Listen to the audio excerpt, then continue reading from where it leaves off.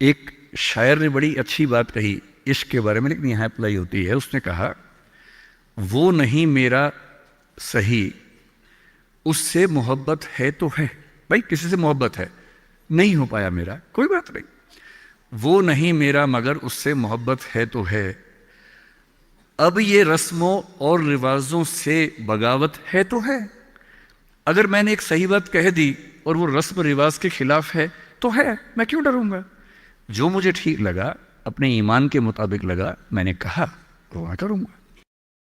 तो जो बात मुझे अपनी ओर से शुरुआत में कहनी थी, मैंने आपसे, तनाव रहता ही होगा, पढ़ते होंगे, टेंशन होती होगी, कितना पढ़ें, टाइम मैनेजमेंट कैसे करें, ये सवाल भी आपके सामने। मैं आपसे, देखिए मेरा काम चीज़ों को आसान करना है। मैं दिल्ली में पढ़ाता हूँ आईएएस के बच्चों को, तो मैं उनको भी ये कहता हूँ कि चीज़ें मुश्किल तो कोई भी कर सकता है, चीज़ें आसान करना मुश्किल है, और हमें तो चीज़ें आसान करनी है। इस दुनिया में कोई भी ऐसा एग्ज़ाम नहीं जिसके लिए आपको 24 घंटे पढ़ने की ज़रूरत है। अगर आप दिन में 8, 10, एक लेवल के बाद 12 घंटे पढ़ते हैं तो ये बहुत है। इसलिए मैं आपसे कह रहा हूँ, शुरुआत के लिए 8 घंटे की पढ़ाई, 8 घंटे की नींद और 8 घंटे बाकी सब चीज़ें, खेलना कूदना, वो बहुत ज़रूरी है।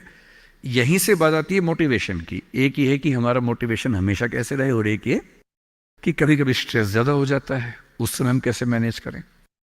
आपकी उम्र में स्ट्रेस ज़्यादा होने की वजह यह भी है कि आपके हार्मोन्स इस उम्र में ज़्यादा, उनमें वाइब्रेशंस होते हैं, तो मूड स्विंग ज़्यादा होते हैं। जैसे जैसे आप मैच्योर होते जाएंगे उम्र के साथ, आपके मूड स्विंग्स कम हो जाएंगे।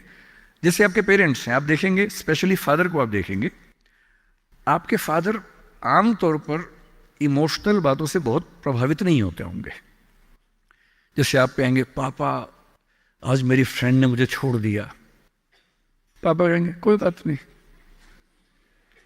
आपके अंदर से आंसू छूट रहे हैं, आपका मन कर रहा है मैं क्या कर लूं, आग लगा दूं, जंगल में जाके क्या कर दूं, इमोशंस ऐसे उछल रहे हैं आपके।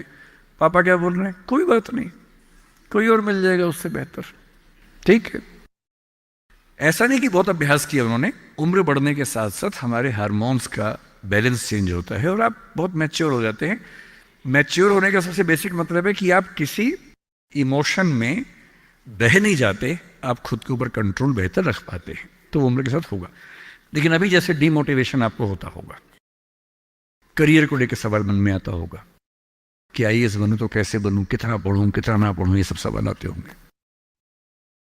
मैं तो आईएएस के लिए पढ़ाता हूं। अगर आप आईएएस की तैयारी करेंगे तो इनडायरेक्टली कहीं ना कहीं मुझे उससे फायदा ही होगा। पर ईमानदारी की बात यह है कि वो अकेला रास्ता नहीं है। एक बात को ठीक से, आईएएस बनने का मजा क्या है कि आपका सोचने का तरीका बहुत साइंटिफिक हो जाता है। आप फैक्ट्स पे बात करते हैं, तथ्यों पे बात करते हैं, आर्गुमेंट से बात करते हैं, इमोशन से बात नहीं करते हैं, समझदारी से बात करते हैं। हमारे देश में जो आबादी है, वो आबादी, अब सेंसस जब भी होगा पता लगेगा, पर हम मान के चलते हैं कि वो आबादी लगभग 145 करोड़ के आसपास इस समय हो चुकी है। पूरे इंडिया की बात अगर हम करें, 145 करोड़ में से अगर मैं कहूं कि जो लोग 21 साल या 18 साल से मान लीजिए 30 की उम्र के बीच में है, इन 12 साल में है, मेरे ख्याल से ये आबादी भी कम से कम 12, 15, 20 करोड़ के आसपास तो होगी ही होगी। अगर ये 20 करोड़ लोग सोचे कि मैं आईएएस बनना है, या इनमें आधे भी सोच लें, 10 करोड़ सोच लें, आपको ये समझना है कि आईएएस पूरे भारत में कुल मिला के 6000 होते हैं, जिनमें से भी 5000 लोग हैं। आईपीएस भी इतने ही होते हैं, 5-6 हजार के बीच में होते हैं। अगर 10 करोड़ लोग सपना देखेंगे उन नौकरियों का, अगर मैं सारी सिविल सर्विसेज मिला लूं, सेंटर की, स्टेट की, सब मिला लूं, तो सेंटर की कुल 20 सर्विसेज मान लीजिए, सबका कार्डर अगर हम 5000 भी एवरेज रखें तो 1 लाख लोग होंगे। आपके स्टेट का मान लें, स्टेट में मान लेता हूं कि 2-3 हजार लोग होंगे जो सरकारी नौकरी में ठीक पद पे होंगे। उससे ज़्यादा का तो कार्डर नहीं होना चाहिए, क्योंकि स्टेट बहुत छोटा आपका है, आबादी बहुत कम है। तो जो नौकरियां कुल मिला के 10-12 हजार हैं, अगर देश का हर युवा सोचे कि मुझे उसी में आना है, तो इसका मतलब है कि हम एक ऐसे रास्ते पे जा रहे हैं जिसमें डिप्रेशन होने की संभावना बहुत ज़्यादा है, एंग्जाइटी होने की संभावना बहुत ज़्यादा है, बहुत लोगों को हारना भी पड़ेगा, बहुत लोगों को हासिल नहीं हो पाएगा वो सब। तो मैं जो आपसे कहना चाह रहा हूं, सरकारी नौकरी ठीक है, कोशिश करने में बुराई नहीं है, सरकारी नौकरी में कुछ चीजें अच्छी होती हैं, पर अपने मन से ये बात निकाल दीजिए कि मुझे केवल और केवल सरकारी नौकरी में ही जाना है। दुनिया में तमाम रास्ते हैं और मैं कुछ रास्ते आपको हिंट करता हूं इस चीज का। जैसे मैं खुद एक एग्जांपल हूं, मैं सरकारी नौकरी में रहा, मैं दिल्ली यूनिवर्सिटी में लेक्चरर था, पहले असिस्टेंट प्रोफेसर था, 2 कॉलेजेस में पढ़ाया मैंने वहां। फिर आईएएस का एग्जाम दिया, सिलेक्ट हो गया, उसमें 6-7 महीने वहां नौकरी की, फिर वो भी छोड़ा। अब मैं अपना काम करता हूं, सेल्फ एम्प्लॉयड हूं। और मैं ईमानदारी से आपसे कह रहा हूं, आप जब भी कोई फैसला करेंगे अपने बारे में, कभी ना कभी आपको फील होगा, बेशक 1 सेकंड के लिए, कि आपने गलत किया। कोई भी फैसला हो, आप स्पाउस सिलेक्शन करेंगे अपने लिए, कितना भी सोच के कर लें, जीवन में कभी ना कभी लगेगा गलती हुई, अक्सर लगेगा ठीक किया, कभी कभी लगेगा गलत किया। और ऐसा नहीं कि आपने एक्स के बदले वाई किया होता तो नहीं लगता, तो भी लगता। दिक्कत ये नहीं है कि मैं एक्स को चुनूं या वाई को चुनूं, आप जिसको भी चुनेंगे पूरा पैकेज साथ में आता है, अच्छी चीजें भी खराब चीजें भी। जो अच्छा आएगा उस पर आपका ध्यान नहीं जाएगा, क्योंकि वो तो फॉर ग्रांटेड है। जो मिल जाता है वो मिट्टी हो जाता है, कोई वैल्यू नहीं करता उसको। जो मिस हो जाता है वो चुभता है। और जो चीज दूसरे ऑप्शन में अच्छी थी, इसमें नहीं, आप बार बार वो देखते, अरे यार, अरे यार वो ठीक था, अरे यार वो ठीक था। जबकि वहां 12 प्रॉब्लम्स थी, यहां 2 प्रॉब्लम है। पर हमारी ह्यूमन कॉन्शियसनेस ऐसी है कि जो छूट गया उस पर नजर ज्यादा जाती है, जो मिल गया मिट्टी हो जाता है। एक बड़ा प्रसिद्ध शेर मैं कई बार कोट करता हूं, मतलब दुनिया जिसे कहते हैं जादू का खिलौना है, मिल गया वो मिट्टी है, नहीं मिला वो सोना है। जो नहीं मिलता है ना, वो बड़ा परेशान करता है। ये नौकरी के मामले में भी है। पर मैं ईमानदारी से कह रहा हूं कि मुझे आज तक जिस एक फैसले पर 1 सेकंड के लिए भी नहीं लगा कि मैंने गलत किया, वो नौकरी छोड़ने का फैसला है। मुझे आज तक नहीं लगा कि मैंने गलती की, क्योंकि मुझे लगता मैंने एकदम ठीक किया। मैंने अपने स्वधर्म, अपने नेचर के अनुसार सही किया। इस बच्चे ने बड़ा खूबसूरत सवाल पूछा कि आप आईएएस एलाइड की नौकरी छोड़ के टीचिंग में क्यों आ गए। मैं इस सवाल में दूसरा सवाल जोड़ देता हूं। हमारे सामने प्रेम सिंह जी बैठे, मुख्यमंत्री जी बैठे, वो टीचिंग की नौकरी छोड़ के पॉलिटिक्स में क्यों आ गए। 2 एग्जाम्पल्स हैं आपके सामने।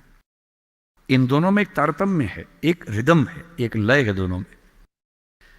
वो टीचर बने, उनको फील हुआ कि उनका स्वधर्म टीचिंग से ज्यादा कुछ और है। मैं आईएएस एलाइड में आया, मुझे लगा कि मेरा स्वधर्म इससे ज्यादा टीचिंग में है। स्वधर्म क्या होता है? आपने गीता पुस्तक का जिक्र सुना होगा, उसमें श्री कृष्ण ने स्वधर्म का जिक्र किया है। यहां बहुत सारे बच्चे बौद्ध समाज से होंगे, महात्मा बुद्ध ने भी इस बात पर खूब जोर दिया है। सारे धर्मों, सारे दर्शनों का जो सार है वो ये है, हर व्यक्ति हर काम के लिए फिट नहीं होता है। 2 चीजों पे गौर करना है। पहला, मैं क्या अच्छा कर सकता हूं, मैं कैपेबल किस चीज के लिए हूं। दूसरा, मुझे क्या करने में मजा आता है। और जहां इन दोनों का इक्विलिब्रियम हो, जहां ये दोनों बातें मिल जाएं, वो आपका स्वधर्म है। यानी जैसे मैं सिंगर बनना चाहता था, पर मैं इतना गंदा गाता हूं कि मैं जब घर में गाता था, मेरे पेरेंट्स बोले तो मैं भारतीय सेना में चले जाना चाहिए, बिना बंदूक के विदेशी की तरफ देख के गा देना, बस वैसे ही मर जाएंगे सारे के सारे। सही बात है भाई, ये भी ठीक बात है। तो मेरा मन था कि मैं सिंगर बनूं, पर गला कौवे जैसा भगवान ने दिया, कोयल जैसा नहीं दिया, तो मैं सिंगर नहीं बनूंगा। मेरे मन से क्या होता है, अच्छा लगने से क्या होता है भाई, सुने भी तो कोई मेरी बात को, मेरे गाने को सुने भी तो सही कोई। तो मेरा मन क्या करता है काफी नहीं है। 2 चीजें हैं, मैं क्या कर सकता हूं। मैं बचपन से स्कूल में डिबेटिंग करता था, मेरे पेरेंट्स ने मुझे बड़ा सपोर्ट किया, और बचपन से ही मेरे पेरेंट्स ने, टीचर्स ने कहा कि तुम कुछ ऐसा करना कि मंच पर रह सको, पॉलिटिक्स में जाओ, एमपी बनो। तब मेरा मन भी पॉलिटिक्स में आने का था, स्कूल लाइफ में बहुत ज्यादा मन था उस समय, बाद में नहीं रहा। तुम पॉलिटिक्स में जाओ, तुम वकील बनो, क्योंकि जब कोर्ट केस लड़ोगे तुम्हें बोलने की ताकत भगवान ने दी है, उसका इस्तेमाल करो। या टीचर बनो। टीचर की छवि हमारे समाज में बहुत अच्छी नहीं होती थी, हालांकि मेरे पेरेंट्स टीचर ही हैं दोनों, पर हमारे समाज में टीचर की छवि होती है। और हमारे देश का दुर्भाग्य है कि जो प्रोफेशन देश को गढ़ता है उसकी छवि बहुत अच्छी नहीं है। टीचर बनना बहुत लोगों का सपना नहीं है, मेरा तो है।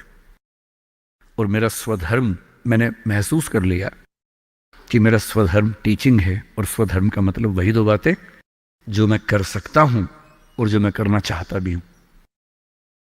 आपके मुख्यमंत्री जी अच्छे टीचर रहे होंगे, पर उनको बार बार मन में आता होगा कि मैं जनता के बीच जाकर उनके साथ काम करके क्यों ना कुछ ऐसा करूं कि पॉलिसी मेकिंग में आऊं। उनका स्वधर्म उनको वहां खींच के ले गया, तो उन्होंने वो किया। और इस दुनिया में जो भी सफल इंसान आपको देखे, कोई भी सफल व्यक्ति देखे, किसी भी फील्ड का हो, आप हमेशा देखेंगे वो वही व्यक्ति है जो अपने स्वधर्म पे चल रहा है, जिसने वही रास्ता चुना जो उसकी क्षमताओं यानी कि कैपेबिलिटीज और उसके इंटरेस्ट यानी कि उसकी इच्छाओं से मैच करता था। तो आप सबसे मैं कह रहा हूं कि आईएएस या पीसीएस या सरकारी नौकरी की अंधी दौड़ में मत दौड़िए। मैंने बहुत सरकारी नौकरी वालों को देखा है दुखी रहते हुए। सरकारी नौकरी में है, अच्छा वेतन है, तब भी दुखी है, क्योंकि वो नहीं कर पा रहे जो दरअसल करना चाहते थे। सरकारी नौकरी में क्या होता है? सुरक्षा मिलती है, सेफ्टी होती है, सिक्योरिटी होती है, सम्मान मिलता है, समाज के लोग पूछते हैं आपको कि आप सरकारी नौकरी में हैं।